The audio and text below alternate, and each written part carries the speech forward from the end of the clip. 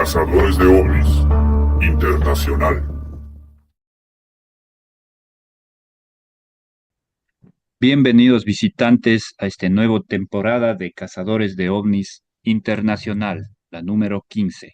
Ahora tenemos como invitado a Santiago Urquijo, que nos va a dar una introducción de quién es él primeramente. Bienvenido, amigo. Cuéntanos sobre ti. Gracias, Amorphous. Muy buenas tardes, muy buenos días, muy buenas noches, dependiendo desde la latitud donde nos escuche la gran comunidad de cazadores de ovnis internacional. Si me permites, pues voy a compartirte mi pantalla para que se pueda entender de pronto un poco mejor Claro, libremente a qué hazlo. me dedico yo. Listo, creo que aquí ya se puede apreciar un poco mejor. Bueno, yo soy el Correcto. fundador de un proyecto que se conoce como la Agencia de Investigación Holística. Digamos lo que desde muy niño he tenido curiosidad por este tipo de temas y desde que recuerdo me he cuestionado diferentes cosas porque siempre he creído que todo es verdad, todo es posible y que todo tiene que verse con unos ojos completamente diferentes pues a estos ojos físicos. Desde ahí me formé como ufólogo durante los últimos años de mi vida, como investigador, porque pues son dos conceptos completamente diferentes. Entendí que una herramienta importante para poder entender este fenómeno pues es la hipnosis. Me formé como hipnoterapeuta recientemente. Eh, y digamos lo que alguna de las cosas que me caracteriza es que trato de innovar y de entender diferentes métodos para darle una visión, llamo yo, un poco más holística. Entonces de ahí nace el nombre del proyecto, que es Agencia de Investigación Holística, donde lo que tratamos de hacer es conectar diferentes ramas, diferentes pilares, la meditación, la alquimia, entender las culturas ancestrales, es decir, las culturas que pertenecían a civilizaciones indígenas, por supuesto, y el sonido, es decir, el estudio de las frecuencias. Y debajo, pues ves que se encuentra en color rojo lo que es abducciones, hipnosis, porque es como la herramienta fundamental que hay detrás de ello. Entonces, ¿qué hacemos? Unimos todo esto, lo vemos como si se tratara de uno solo para poder tener una visión mucho más amplia y tener un concepto mucho más amplio, mucho más definido, mejor estructurado de todo lo relacionado con el fenómeno. En el caso, por ejemplo, si tú te has dado cuenta, la religión muchas veces suele confundir la demonología con la ufología. Entonces, es cuestión de empezar a hilar muy fino y sacar estos datos para poder darle un punto de vista mucho más crítico al fenómeno y de ahí pues nace el proyecto de Agencia de Investigación Holística, que es lo que hemos trabajado muy fuerte pues durante el último año. Ese es básicamente Santiago Urquijo, pues es el fundador de este proyecto. Muy bien, gracias por esa introducción, Santiago. Bueno, entonces vamos a pasar al caso, ¿no? Que nos acude hoy, que es el caso de Donato Cervantes de Perú. Entonces, bueno, no sé si tú investigaste o qué sabías de este caso para que nos des una introducción al mismo, por favor. Bueno, pues antes de hablar contigo ya, digamos lo que había escuchado el caso varias veces, pero sí me tomé el tiempo de tomar nota de algunas fechas bien particulares como para mantener la cronología y el orden del caso. Bien, Yo creo que es uno de los casos, mira, Morjus, más representativo, más importante de toda la casuística de la ufología, porque es de los pocos que reúne el componente médico, el componente de los testigos, hay pruebas físicas, está el testimonio de su familia, sus hijos, su esposa, incluso prensa. Entonces, el hecho de que reúne tantos aspectos le da mucha fuerza y credibilidad al caso. bien. ¿Y en qué fecha se dio este caso de Donato?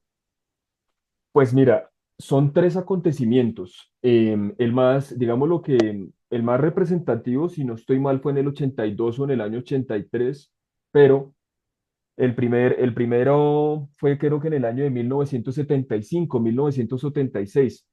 Donato era una persona que trabajaba en una carretera, él trabajaba como chofer. Él se encontraba trabajando, iba por la carretera, iba en su coche y de un momento a otro pues es iluminado por una luz muy potente que apaga su vehículo. Yo lo considero que esto es una abducción porque en ningún momento fue bajo el consentimiento y el libre albedrío de don Donato Cervantes. Simplemente esta luz lo sacó de su coche, lo empezó a desplazar a una altura de un promedio de unos 20 a 30 metros. Em, digamos lo que a medida que él se iba elevando, pasa otro camión por la misma carretera y de repente, pues, vamos a decir que la nave lo que hace es soltar al señor Donato. Cuando lo suelta, pues evidentemente él sufre múltiples fracturas en su cuerpo debido al impacto y a esta altura. Y Donato, pues ahí es, digamos, lo que es la primera hospitalización que tiene. Ese es como como el primer episodio, llamémoslo que es como el detonante de su caso. Entonces, Donato llega al hospital, lo revisan los médicos y los enfermeros y se dan cuenta que efectivamente él sufrió un politraumatismo y que necesita una recuperación muy alta. Em, esa noche, o sea, esa misma noche del accidente, hay dos seres, en lo cual no es muy claro en el relato si son en el hospital, si fue por mensajes telepáticos o si fue que Don Donato los vio a través de los sueños. Lo que ocurre es que llegan dos seres de un momento para otro. Donato los considera como sus amigos desde ese momento y lo curan mágicamente. Es decir, que todas las fracturas, la abrasión que tenía Donato en su piel, pues es completamente curada, lo cual pues se vuelve un misterio y sorprende por completo al personal médico y al personal de salud. Ese es como el momento cero y el punto de contacto de Donato Cervantes.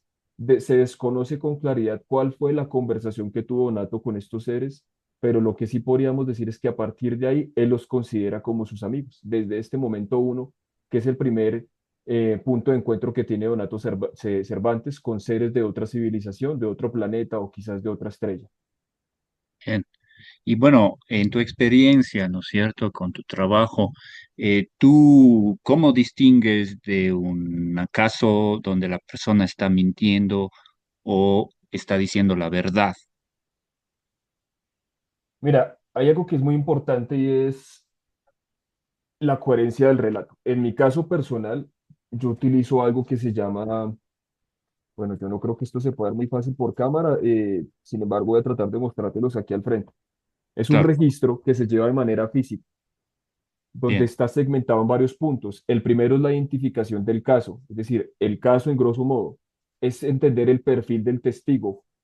El tercero es el contexto del evento, la descripción del fenómeno como tal, el registro gráfico, la interacción, es decir, entre el ser o entre el objeto con el testigo, la presencia no humana y se hacen algunas preguntas de validación técnica científica, cuál es la evidencia que está soportando el caso, cuáles son los efectos que ocurrieron posteriormente a esto en el testigo, los análisis del investigador, que son unas conclusiones estrictamente personales, y por último es el nivel de credibilidad. Yo meto todo esto, yo lo llamo en una matriz, y de ya, acuerdo al resultado que me arroje, me da, digámoslo, la capacidad de poder sacar una conclusión un poquito más sólida. Eso es como el pilar número uno, es decir, lo que yo utilizo como herramienta número uno. Segundo, es entender de manera muy profunda la evidencia que hay detrás. Si tenemos un registro de audios, de imágenes, de videos, datos, etcétera. Después de esto, es algo que yo lo llamo la parte metafísica o de física cuántica, que muchas veces puede ser una meditación de contacto para corroborar que la información que te da el testigo sea cierta. Es decir, que si él describe que el ser era de esta manera, hay que tratar de hacer una meditación de contacto con este ser o con esta entidad y ver si nosotros también podemos establecer ese enlace. Unidos todos estos pilares, estos tres o cuatro puntos, es de donde podemos sacar las herramientas para sacar una conclusión óptima y una conclusión que esté un poquito mejor alineada a lo que venimos conversando. Entonces, este es como el mecanismo que yo utilizo normalmente para decir si un caso es real o si un caso es falso o si es producto de la imaginación de alguien. bien, muy profesional tu método, amigo. Y bueno, esto, digamos, relacionándolo con el caso Donato Cervantes, tú ves que él miente en su lenguaje corporal en las entrevistas o mediante tu método. ¿Qué ves en su relato? ¿Algo sospechoso o muy real? No, digámoslo que algo dentro de lo que se aprende dentro de la disciplina de la hipnosis tiene que ver mucho con el análisis psicológico. Ujú. Em, y suma, yo lo llamo la punzada, vamos a decirlo, la punzada es como la intuición, que es nuestro tercer ojo, que es el chakra de color azul rey. Cuando uno tiene la intuición muy bien desarrollada, muchas veces puedes pasar a segundo plano, que no estoy diciendo que se haga para el análisis, pero muchas veces tú puedes pasar a segundo plano lo que es la parte racional Y cuando tu intuición está tan bien desarrollada, con el solo hecho de conversar con alguien, de ver a alguien, tú entiendes si lo que la persona te está diciendo vibra contigo. En el caso de Donato Cervantes, si lo revisamos desde el punto de vista clínico, desde el punto de vista de la programación neurolingüística y de cómo él se expresa su lenguaje verbal, su lenguaje no verbal, es un caso completamente genuino. Ahora, si lo revisamos con lo que yo llamo la punzada o esta intuición, siento que el caso de Donato Cervantes, aparte de ser genuino, es algo que tiene un componente completamente diferente a los otros casos, y es que en ningún momento se siente el interés de Donato Cervantes de querer contar esta historia con un objetivo, llamémoslo económico, o con un objetivo diferente a querer contar la verdad. O sea, yo percibo y siento todo el tiempo que Donato simplemente lo quiere contar porque quiere abrir conciencias, porque quiere transmitir una verdad y un mensaje que fue entregado por estos seres. Exacto. De hecho, esto que él no tiene un interés material, económico, conecta con nuestra propuesta dentro de una organización que yo trabajo que se llama Economía Basada en Recursos, que es pues dar sin pedir nada a cambio, ¿no? Porque ahí vienen muchas veces los problemas. Obviamente algo de dinero se necesita en el sistema que estamos ahora, pero eso pasa a segundo plano, ¿no? Como el caso de Donato. Sí, entonces vamos a la siguiente pregunta y gracias por la pregunta que me acabas de dar. Bueno, nosotros más o menos estamos preparados para un contacto porque estamos metidos en esto de la exobiología, pero ¿tú crees que la gente, digamos, masivamente está preparada por un contacto así y cómo deberían actuar frente a un contacto así? Mira, la civilización en términos generales, no Claro, estamos preparados para un tipo de contacto. ¿Esto qué significaría? Mira, esto se traduce en algo muy simple. Es acabar completamente con el sistema político, religioso, económico, lo que quiere llevar que nos va a llevar a un colapso. Mucha gente va a entrar en pánico también, seguramente, porque no tenemos una preparación previa y porque nos estamos limitando únicamente a lo que vemos con nuestros propios ojos físicos. Ahora imagínate tú donde de un momento a otro llegue un ser de 2,5 metros o 3 metros con forma de una mantis religiosa, o que llegue otro ser cuyo aspecto es humanoide híbrido. La gente puede enloquecer, entonces va a tener también un impacto mental muy fuerte en cada una de las personas. Y eso que no estamos tocando el tema más importante, que es intangible, que es el tema energético. Cómo claro. nuestros cuerpos y cómo nuestra energía se va a comportar con la presencia de estos seres. Definitivamente no. Considero que la civilización no está lista para tener un tipo de contacto de ese nivel, por lo menos no la civilización de ahora. Las civilizaciones de antes lo hacían mucho, mucho mejor porque lo entendían muy bien, pero el hombre moderno no está listo para eso. Exactamente, muy realista lo que tú dices. Claro, el hombre moderno está exacerbado en su ego, ¿no? Entonces eso no le permite hacer contacto. Sí, y de hecho por eso proponemos en la EBR, Economía Basada en Recursos, de que hay que superar también el dinero, ir hacia los recursos directos, ¿no? Porque pues el dinero a veces se convierte en algo muy denso. Bueno, gracias por eso. A ver, también tenía otra cuestión, ¿no? Mm, ya, la gente ahora pues piensa que hay más extraterrestres que se dejan ver, sobre todo ovnis, pero ¿crees que más bien es porque hay más tecnología para registrarlos, tenemos los teléfonos móviles para grabarlos, o siempre han estado allí? ¿Qué piensas sobre eso? Yo pienso que siempre han estado allí, no lo dudo ni siquiera un instante, y de hecho estoy completamente convencido que muchos miles de años atrás el contacto con la civilización humana era directo, es decir, que ellos se encontraban aquí interactuando con nosotros, seguramente mostrando su verdadero aspecto físico. Hoy día, si bien hay muchas razas, muchas de ellas tienen su camuflaje activo, se hacen pasar por seres humanos, evitan el contacto con este tipo de dispositivos electrónicos porque saben que es la única manera en la que los podemos registrar. Entonces, yo siento que el contacto antes era más directo, más fuerte y más claro. Hoy día, producto de la tecnología, tratan es de buscar la manera de ocultarse, como seguramente ha ocurrido en diferentes eventos, particularmente en Colombia o en México. Pero siento que no, que el contacto antes era mucho más directo y que la tecnología se ha encargado de minimizar un poco ese contacto, y también debe ser la apertura a nivel de conciencia que tenemos. Bien.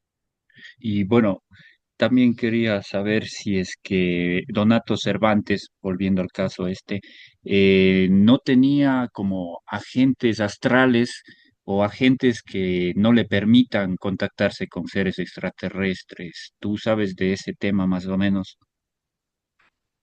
¿Me Es decir, entiendes? que si Donato Cervantes tenía una larva astral que no le permitiera hacer esa conexión.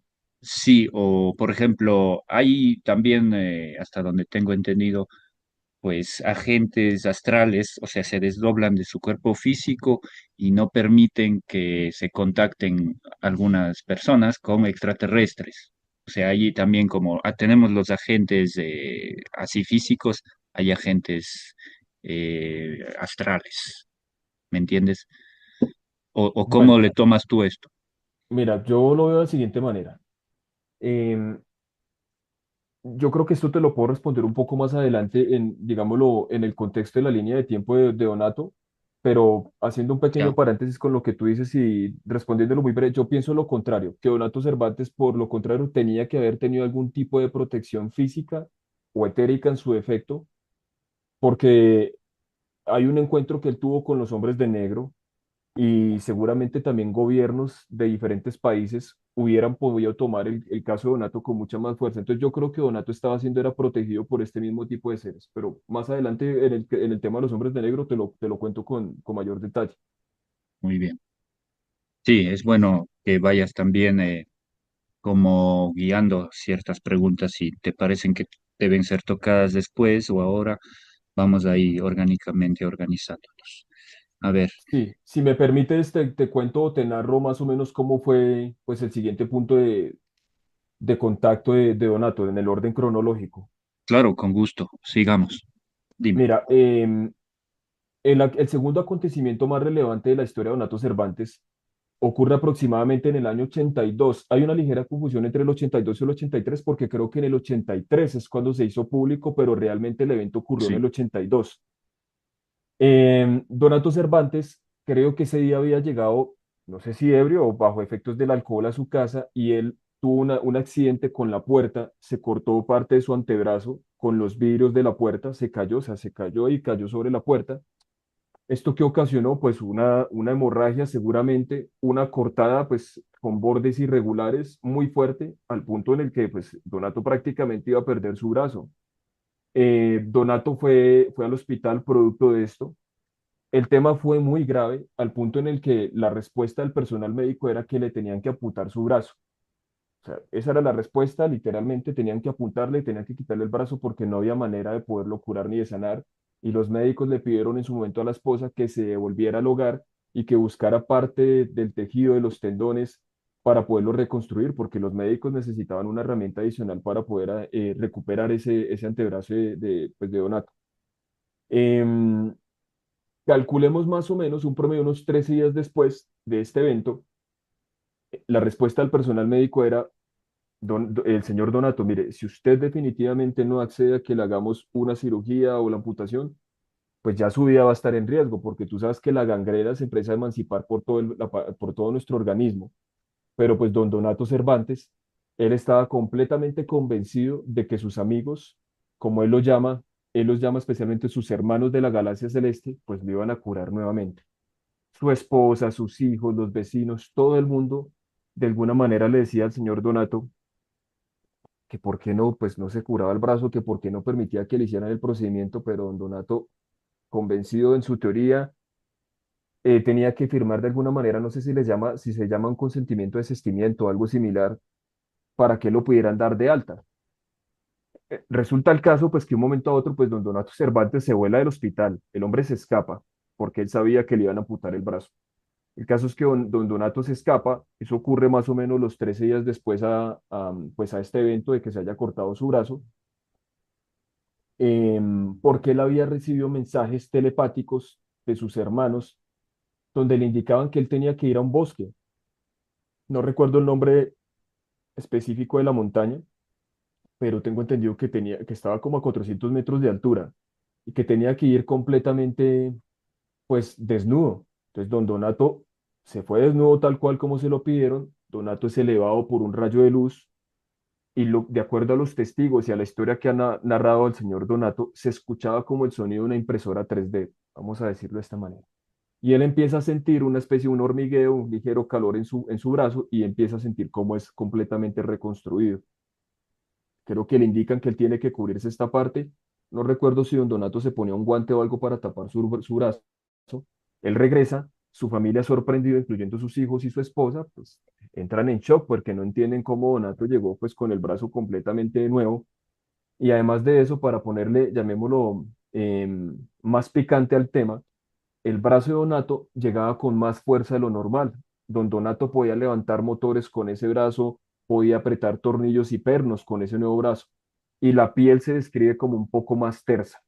Ese fue como el segundo momento importante del caso de Donato. Y es curioso porque también esos seres de alguna manera le habían dicho telepáticamente, más allá del encuentro, que él tenía que dejar como que registro o un vestigio de su historia. Donato había tomado la decisión de ir, creo que era, no sé si eres una radio, o creo que era donde un, esto no se llama una radio, creo que era donde un periodista, si no estoy mal, para que le tomara un registro fotográfico de su brazo. Creo que solo existen un par de fotos de cómo se encontraba el brazo del señor Donato Cervantes antes de ser reconstruido. Y después, como el caso se hace de alguna manera viral en Perú, pues este mismo periodista se da cuenta de que este mismo señor era el que se había acercado a pedirle que le tomara una foto y él no le prestó mucha atención y pues oh sorpresa que ahora el señor tenía su brazo completamente reconstruido. Entonces ahí como que sí toma la decisión de acceder, de entrevistarlo y de hacerle un par de preguntas.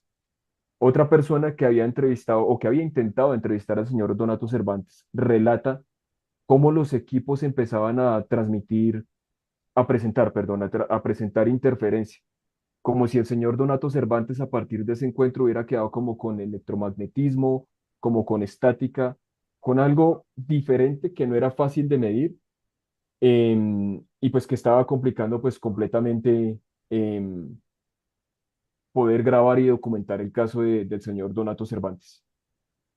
Bien, Esta es como la fase 2.